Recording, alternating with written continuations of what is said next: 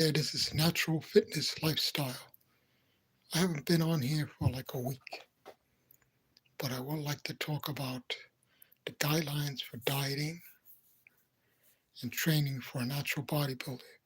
So now this isn't meant to be taken um, as instruction, but this is video is meant for educational purposes only.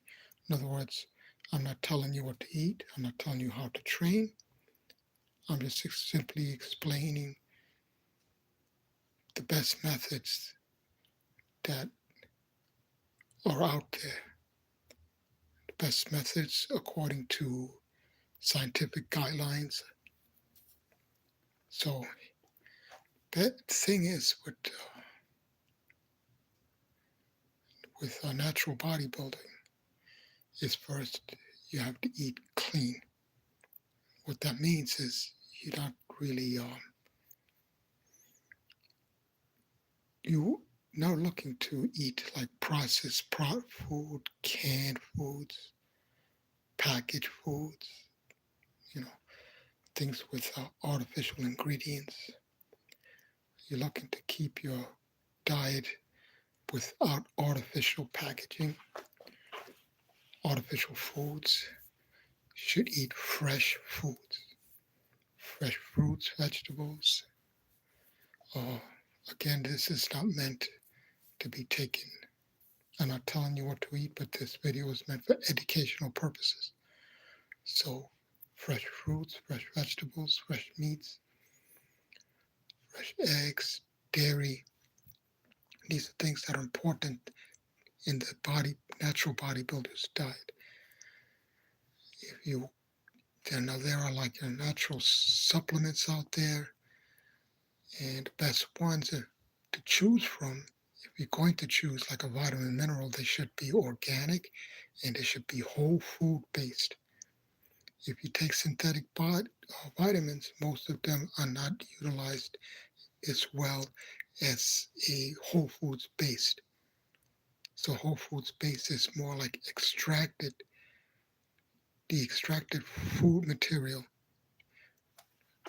and it's not synthetically made in a laboratory. So that's the difference between a whole foods based vitamin and a synthetic vitamin. And this is what if a natural bodybuilder should choose if they're going to choose to take a vitamin mineral supplement. Now, getting into training, a bodybuilder has to monitor their volume and their intensity. This is very important because if you overtrain, you're always going to be playing catch up on your energy level, catch up on your recovery. You're always walking, the natural bodybuilder is always walking a fine line between recovery and overtraining. And it's best to do a periodization program. Now, periodization programs are mostly known for like powerlifters and lifters, but bodybuilders should follow a periodization program as well because bodybuilders are also subject to overtraining. So how would a bodybuilder do a periodization program? Well, simply monitoring the weights they use and their volume.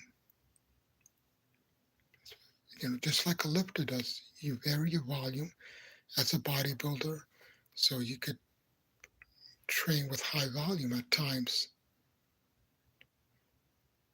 But when you're training high volume, should you train high intensity would hit the weights high? So this is an area where many bodybuilders just are subject to this so-called old school or so-called conventional, but because they see in the media, they see these bodybuilders flinging around heavy weights, and they set after set, and that's not advantageous for building muscle. Progressive resistance is built. Hey, how you doing? Four eyes, yes. One, two, three, four. You can see better with 4. So here, and you can think better, and you can see better, more information. So here is the thing. If you're doing heavy weight, you don't want to work yourself into the ground and do many sets. And you don't want to stick to the same weight, heavy weight, and do set after set because your ability and your strength is going to diminish. In bodybuilding, you focus on muscle contraction. You're not focused on how much weight you can lift. You focus on muscle contraction. So you always want to contract the muscle the same. If you stick into a heavy weight and do too many sets, your muscle contraction and the quality of your muscle contraction is going to be reduced. Hey, how you doing? Cool Dudes channel, nice to see you. I've been away, I've been away from my channel for a while, but I'm back. Natural fitness lifestyle, talking about the intensity and the volume for a natural bodybuilder. So if you have like tense, if you can't just jump into a high volume training, you have to build up to it. This is progressive. If you if you're starting out with 3 sets, you naturally build up your sets, but that requires endurance. So this is another area that's controversial. Should bodybuilders do cardio? Yes, of course. Your heart's a muscle. You have to train your heart. How you expect to do higher volume if you don't have cardio? It makes no sense. So you have to fit in cardio into your training. Now, not excessively. The guidelines for aerobic training is a minimum of 20 minutes of sustained effort between 65% and 80%. More, actually better, 65 and 75 for a fit individual, not for a person who has any physical conditions, any sicknesses or ailments. Then those persons would have to do less than 60%. But in general, it's between 65 and 75% sustained, 20 minutes of sustained effort for aerobic capacity. Now, that becomes too easy. You can add 30 minutes, but from there, it's not necessary to do beyond 30 minutes of aerobic exercise, generally at least 3 times a week if you're a bodybuilder. Now, a lot of people want to cut fat as they're getting closer to a competition, but that should be done with balance of training and dieting. But first, you have to base it on your basal metabolic rate. You have to you go online and you look up your basal metabolic rate, your BMR. You find out how many calories you need at rest. So for me, a person, I'm 62, I'm going to be 63. If I was just sitting down all day, I'd probably require 1,500 calories, but I require more because of my activity that I do. So I would base my diet on that and my activity level. And that's how a natural bodybuilder should proceed. It's not, just eating as much as you can and working yourself into the ground or in another area of dieting for a natural bodybuilder. We're talking about restricting. Should you restrict extremely? No, you shouldn't. If you're a natural bodybuilder, you should never restrict extremely. Doing the extremes in dieting, whether it's zero carbs, low sustained calories, it's never advantageous because your thyroid adjusts to the lower caloric intake and your thyroid will slow down. And then the lower calories, your body will adjust to it and it won't burn as much fat. So you always want to avoid extremes in dieting. Hey, cool dudes. So again, you look up your basal metabolic rate, you see how many calories you need, you consider your activity level, and then you adjust your calories accordingly. Now, when you get to the topic of low body fat percentage, this is where bodybuilding becomes a very complicated and touchy subject. Most people with a normal diet and exercise program find it easy to get to 7% body fat. Right now, I'm like 9% body fat, and I'm not really dieting, not really trying to diet. So, if you want to try to get below 9% body fat, get ready for the stage. This is where it becomes extreme.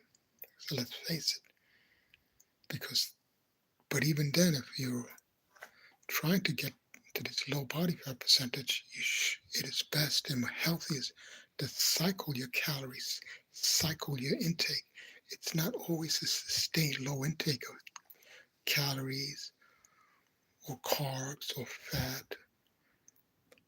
It's best to cycle so you can be at low ends of the caloric intake at times, maybe several days, and then throw in a day of high or medium caloric intake.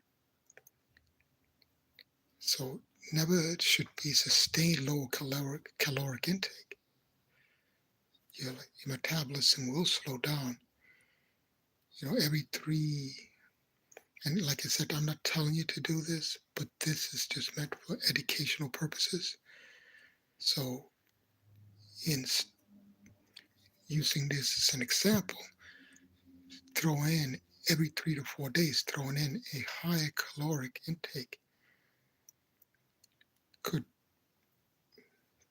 restore your metabolism and pick up your thyroid again. Because if your body needs those extra calories to have proper thyroid function. Not only that, for ATP production, if you sustain low calories, your ATP, which is required for muscle contraction, is going to be low. There's no way you're going to be keeping muscle on a sustained low caloric diet if you're a natural bodybuilder. Oh, are you referring to the muscles between the shoulder blades, the rhomboid muscles? So what those muscles do, Wes, nice to meet you, Wes. Those muscles do, they retract the scapulae. Okay, they retract the scapula, and they also pull the elbows back. They also pull the elbows back and down. For the muscles like the rhomboids, it's very more advantageous to do exercises where your hand level is below the shoulder. If you're up here, that's more lats. But if your hand level is below the shoulder, you can work the rhomboids better. So the rhomboids are the muscles in the center of your back. So you're pulling your elbows back, and you're keeping your elbows close to your body. Because if you don't keep your elbows close to your body, you're going to end up working. If you're pulling like this, elbows high, you're going to end up working your shoulder. So if you're doing your back exercise, pull the elbow close to your body and focus on squeezing your shoulder blades. That's the primary thing, because whereas if you're pulling on, whether it's a bar or a machine, and you're pulling with your hands and you're focusing in your arms, the muscles in the center of your back are not going to be getting that stimulus.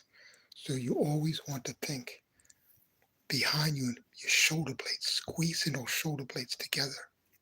That's how to build the muscles in the center of your back, which are the rhomboids. So another thing is when you not rushing the repetitions. The repetitions should at least, holding at least 4 seconds, it's going to pay off really big for developing your rhomboids and the muscles in the center of your back.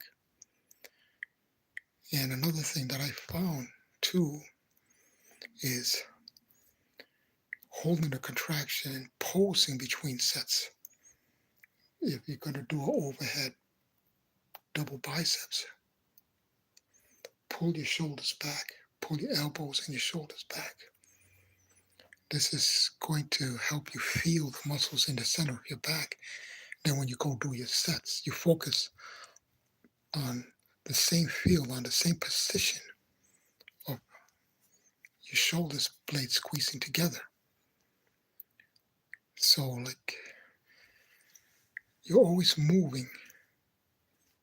Your biomechanics should be your shoulder blades, which the scapula. Never try to be pulling with your arms. Even if you're doing a pull-up, for example, always focus on moving from the shoulder blades and lifting your chest higher. So when you're pulling any back exercise, you always want to lift the sternum. That doesn't mean arching the back. A lot of people think you're doing a lateral arch the back. No, you're lifting your chest, keeping your abs tight. You're bouldering, yeah. Well, okay, there, they were talking about, retracting your shoulder, moving your shoulder blades with your arms from overhead position. So what I found is an exercise doing the pull-ups with the closer grip. So you imagine, you typically do shoulder width hand spacing on a pull-up, but you want to emphasize the closer grip because, when climbing, you're not going to be, your hands, I'm not a climber, but I imagine that your hands are not way out, wide apart. But, that is still the same principles apply, moving from the shoulder blades, because that's your base. The shoulder blade muscles are the base of the support. So if you're doing you can do a pull-up, but always, think moving from the shoulder blades and moving slowly. So if you're pulling up, your shoulders are coming down, and then you're not just doing this.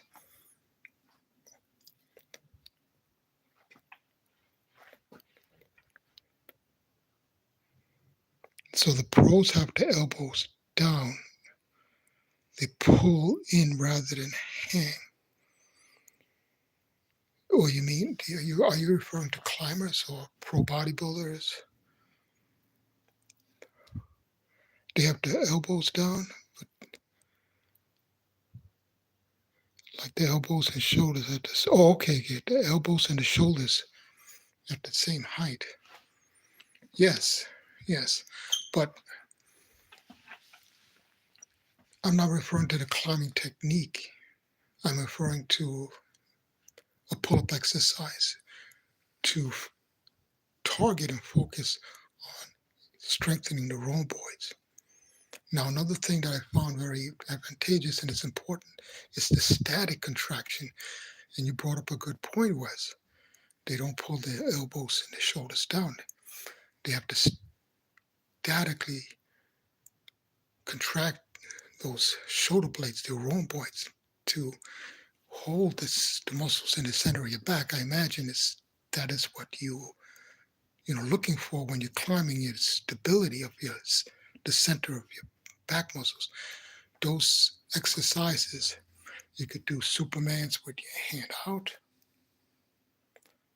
renegade rows. I don't know if renegade rows are a very excellent exercise where you're in a push-up position, you're holding 2 dumbbells, and you're alternating pulling doing a single arm row while in a push-up position, Wes? Yeah, so, yeah. And if you're doing a Superman, Superman with your arms in a crucifix position, thumbs up, not like this, but thumbs up, and you're holding.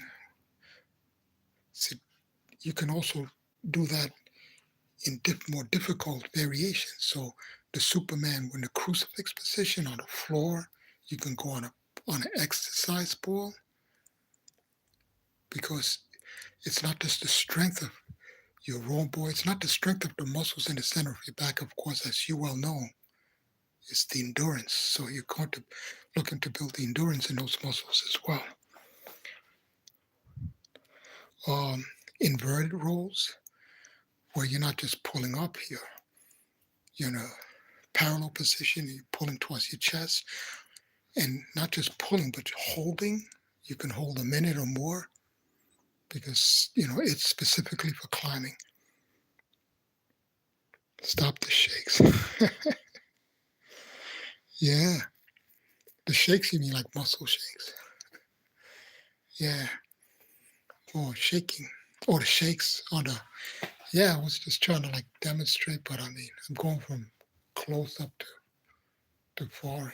Yeah, it could be annoying. I understand. Great, great. I'm glad you do, Wes. Yeah. So like the static and the isometric strength too is another thing. Isometrics are great.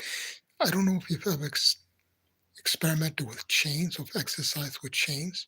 Say if you're doing an inverted pull-up, where you're parallel, you can hold on to a chain, maybe attach a loop or a chain around the bar or something. Or the chain should have handles, and you're holding on. So the chain is distributing the resistance. So you're able to just gradually increase your resistance. So if you're holding onto a chain and you're pulling and you're holding, you're going to apply more strength, because it allows you to build up that strength, increase it. What's that? Tension. Well, yeah, that's another thing. Chain. See, the chain has a force. It's called a force vector science. It distributes the resistance along the lengths of the chain. So you're incrementing in strength the longer you're applying tension to that chain, but you're not applying all your strength at once, so your body doesn't shut down. With the chains, you're able to sustain this tension longer, because your nervous system doesn't, perceive that you're doing too much at once. Chains are excellent, for pulling movements. You can even do your pull-ups. I went to a gym where it had a pull-up bar and it was attached to chains, and you're swinging. There, you're trying to like hang on to this. It's like a trapeze bar, you can say, and you're trying to prevent the trapeze from swinging as you pull up. That's another excellent thing for stability, to build up the stability and the strength in your shoulder blades. Rings are good, but like I said, the chains work in a different science. Like I said, they help distribute and gradually increment the strength, by spreading the tension along the chains. The longer the chain, the more it's going to spread and distribute that strength. So, like, for example, you got 3 links in a chain. So now you think stage 1, stage 2, stage 3. It only has 3 chances to increase your strength. But that's less chances. So if you have a chain with 10 links, now you have 10 stages. 1, 2, think of it, applying tension with a count. 1, 2 greater, 3 greater, 4. That's what chains do. That's how chains work. Though rings are good too. Rings are good. Another thing is fat grips. You've probably done fat grips before, right? Make a grip fatter on a. You get rubber or anything, you put it on top of the bar, so the grip is thicker. And of course, you know better than me. Working your grip and your finger strength is very important. But now I'm getting away from the muscles in the center of the back, which was your original question. Oh, 20 kilos. No, 20 kilos is good. But it's not the weight of the chain, it's the chain itself. So you to use for like pull-ups or or just exercise, you can attach the chains to the weights and pull. You know, it's chains will build that strength in you to pull, and it'll build the isometric strength. So it's not just the amount of weight you're using the chain; it's utilizing chains for isometrics. So you're not moving; you're just trying to pull that chain. This will build a lot of stability and endurance. So I hope that answered your question to an extent. I hope it was helpful. Yeah, leg raises probably it's my day one exercise for abs. I do them hanging. That's great. I found that toes pointed down are best because if you point your toes up when you're doing a leg raise, you're going to end up feeling it more in your quads, on your thigh muscles. Oh, thank you, thank you. I'm glad I'm helpful. That's what I'm here for. Sharing what I've learned through experience and study. Cause I had to take a lot of.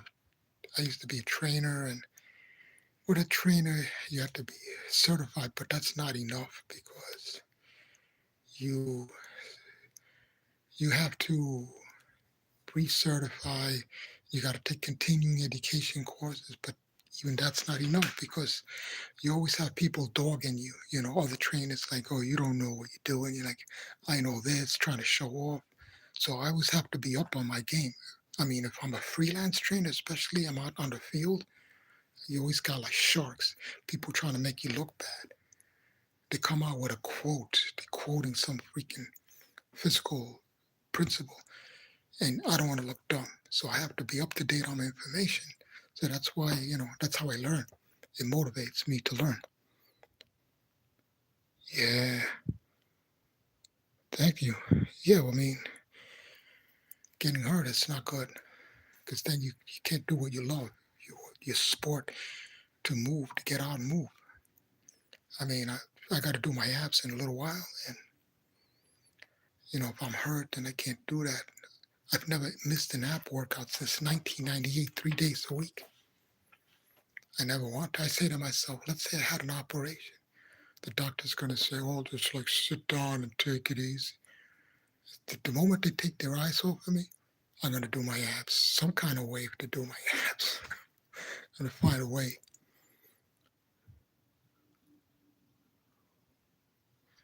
Yeah, thank you. Yeah, I mean, you got to continue, you know. But how long you been climbing? Climbing is something that always been scared of when I was a kid. I mean, when I was a kid, I lived in a tenement building, 5 stories up, but it had like the bricks had a little bit of space, like maybe in a 1 inch space, and you could fit your fingers. And as kids, we used to try to see how high we could climb up, how many floors up. They had a kid who climbed up like three floors up and down. It's crazy. I mean, it's a 5 story building. I mean, as soon as I got up to the first floor, I started one way back down. Scared of heights.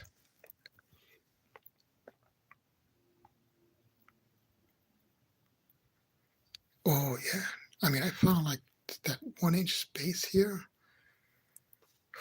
Man, you really need like that. My hands cramped up. They used to be like something they sold in the mail. They're like loops you fit your fingers into, and it was a spring, and you just do this.